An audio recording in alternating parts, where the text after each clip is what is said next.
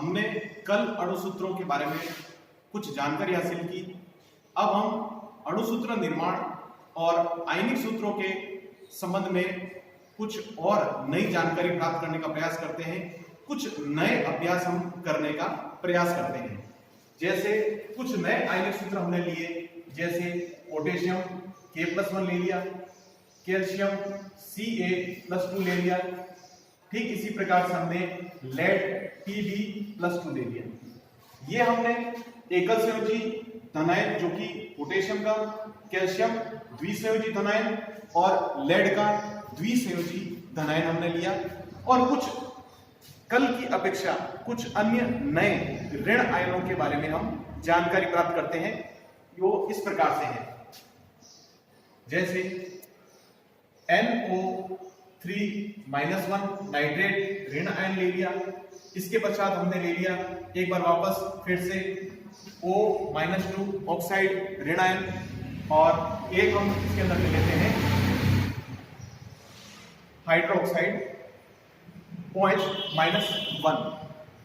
इनमें हम प्रत्येक जो धनायन से प्रत्येक ऋणायन को लेते हुए कम से कम 3 सूत्रों का निर्माण करेंगे और हमारे पास में कुल मिलाकर के 9 अणुसूत्रों का निर्माण हो जाएगा।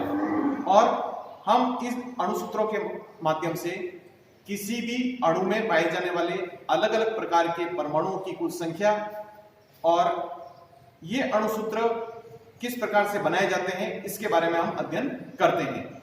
सबसे पहले हम देखते हैं पोटेशियम और नाइट्रेट जब दोनों को मिलाया जाता है तो पोटेशियम नाइट्रेट नामक अणुसूत्र का निर्माण होता है, जो इस प्रकार से है।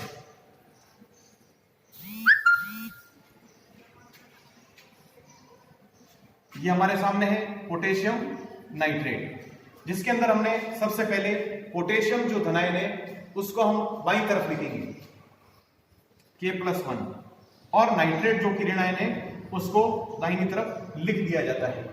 ये पोटेशियम नाइट्रेट हम निर्माण में ला रहे हैं। इनमें जो संयोजकता संख्या है वो 1-1 है, लेकिन 1 लिखने की आवश्यकता नहीं है। संयोजकता संख्या को हम चेंज करके लिखते हैं। जैसे इसकी संयोजकता संख्या इसके पास में लिखी जाएगी और इसकी जो संयोजकता संख्या 1 है वो NO3 के पास में लिखी जाएगी, जैसे हम इस अभ्यास के माध्यम से इसे देखते हैं। तो इस प्रकार से यह अणुसूत्र बनेगा पोटेशियम नाइट्रेट। जो पोटेशियम नाइट्रेट में जो 3 अलग अलग प्रकार के जो तत्व हैं वो हमारे सामने लिखे गए हैं। पोटेशियम जिसका प्रतीक K है, नाइट्रोजन जिसका प्रतीक N है और ऑक्सीजन जिसका प्रतीक O है। यदि हम देखा जाए तीनों ही अलग अलग प्रकार के तत्वों के जो परमाणुओं की कुल संख्या 3+1+1 3 और 2 5 हो जाती है।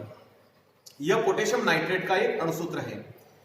अणुसूत्र के माध्यम से हमें किसी भी अलग अलग प्रकार के तत्वों के बारे में जानकारी प्राप्त होती है, अलग अलग तत्वों के परमाणुओं की संख्या के बारे में जानकारी प्राप्त होती है, और अगर यदि किसी भी तत्व के परमाणु का भार हमें मालूम हो तो हमें उसके अणुभार के बारे में भी जानकारी प्राप्त हो जाती है।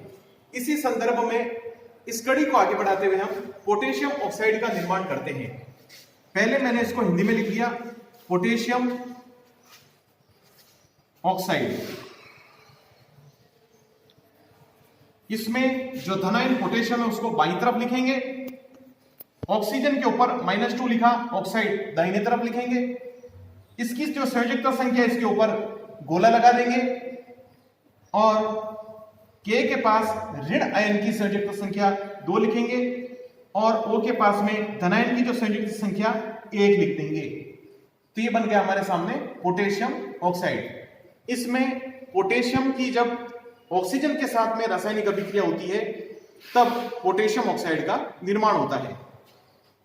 पोटेशियम एक अत्यंत सक्रिय धातु है जो सीधे ही ऑक्सीजन गैस को ग्रहण कर लेती है और जलने लगती है और पोटेशियम ऑक्साइड का निर्माण कर देती है। इसकी जो कुल परमाणुता वह 3 है। पोटेशियम तत्व के अंदर परमाणुओं की कुल संख्या 2 एवं ऑक्सीजन के परमाणुओं की कुल संख्या इसके अंदर केवल 1 है। ठीक इसी कड़ी में आगे चलें, पोटेशियम हाइड्रोक्साइड। ये देखिए ध्यान से आप, पोटेशियम हाइड्रोक्साइड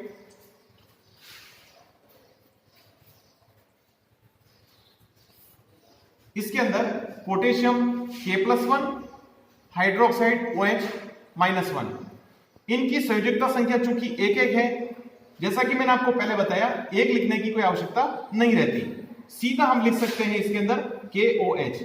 यह है पोटेशियम हाइड्रोक्साइड। जिस अभिकारक में पीछे हाइड्रोक्साइड जुड़ जाता है, इसका मतलब वह एक क्षारीय पदार्थ है। क्षारीय पदार्थ वे पदार्थ होते हैं जो जल में घुलकर हाइड्रोक्साइड आयन प्रदान करते हैं। क्षार अम्लों के बिल्कुल विपरीत होते हैं। क्षार अम्लों के प्रभाव को निरस्त कर देते हैं मिलाने के पश्चात, एवं जो अम्ल है वे क्षारों के प्रभाव को निरस्त कर देते हैं, और इससे दोनों के मध्य में होने वाली रासायनिक अभिक्रिया से लवणों का निर्माण होता है। यह मैंने आपको इसके संबंध में एक सामान्य जानकारी उपलब्ध करवाई। इसके आगे हम देखते हैं कैल्शियम नाइट्रेट। तो इसमें अगर हिंदी में लिखा जाए तो इस प्रकार से होगा, कैल्शियम नाइट्रेट Ca+2, ये कैल्शियम का आयनिक सूत्र, NO3-1 जो कि नाइट्रेट का आयनिक सूत्र है। चेंज करके लिखेंगे, गोला लगा दीजिए सर्वप्रथम इसके अंदर, एक इसके पास में लिख दिया, और NO3 कोष्टक लगा करके 2 लिख दिया। चूंकि एक लिखने की आवश्यकता नहीं है, फेर में इस प्रकार से लिखा जाएगा, कैल्शियम नाइट्रेट का निर्माण हो जाता है। अब इसके अंदर देखा जाए अलग अलग परमाणुओं की संख्या कितनी है। कैल्शियम के अंदर एक परमाणु है, नाइट्रोजन के अंदर कुछ नहीं, इसका मतलब एक माना जाएगा, बाहर 2 है।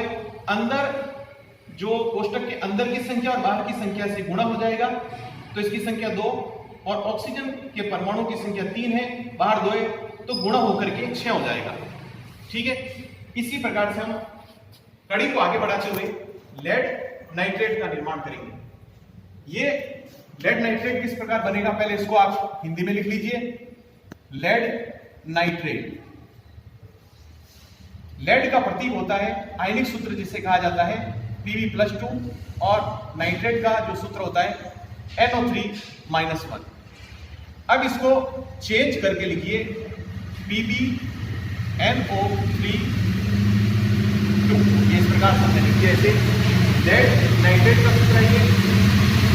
लेड इसे सीसा भी कहा जाता है, और यह जो है, चूंकि इसके ऊपर +2 है, ये धात्विक आयन के अंतर्गत आएगा, क्योंकि जिन अभिकारकों में या आयनों पर प्लस लिखा जाता है वे धात्विक आयन होते हैं, और जिन अभिकारकों में ऋण लिखा जाता है वे जो होते हैं वो ऋणात्मक आयन, ऋण आवेशित अभिकारक माने जाते हैं। धन और ऋण के बीच में जो रासायनिक अभिक्रिया होती है वे आयनिक अभिक्रियाओं के अंतर्गत आती है। आयनिक अभिक्रियाओं के माध्यम से आयनिक आबंधों का निर्माण होता है। ये आबंध अन्य सहसंयोजी या उपसहसंयोजी आबंधों की तुलना में अत्यंत मजबूत प्रकृति के माने जाते हैं, और इनसे जो यौगिक बनता है वह एक आयनिक यौगिक माना जाता है। जैसे लेड नाइट्रेट एक आयनिक यौगिक है। लेड की संख्या परमाणुता जिसको बोला जाता है वह 1 है, नाइट्रोजन की 2 है, ऑक्सीजन की, इसमें 3 और 2 का गुणा कर देंगे 6 प्राप्त होगी। अगली कड़ी में हम देखते हैं लेड ऑक्साइड का जैसे हम निर्माण करते हैं। जैसे हमने रफ कॉपी के अंदर लेड ऑक्साइड का निर्माण कर लेते हैं। सबसे पहले लेड ऑक्साइड किस प्रकार बनता है, पहले इसको हिंदी में लिख दिया, लेड ऑक्साइड Pb+2 लिख दिया, O-2 लिख दिया। अब इसके अंदर हमने ये देखा कि दोनों की संयोजकता संख्याएं समान है, तो दोनों को एक समान अंक से विभाजित कर देते हैं। दोनों को 2-2 से विभाजित कर दिया जाता है ऑक्सीकरण अंक को, तो हमारे सामने 1 प्राप्त होगा। ये रफ कार्य में अब Pb के पास में आप 1 लिख दीजिए, O के पास में 1 लिख दीजिए। वैसे 1 लिखने की आवश्यकता तो होती नहीं है, इसको डायरेक्ट PbO भी लिखा जा सकता है। इस प्रकार से लेड ऑक्साइड का निर्माण होता है।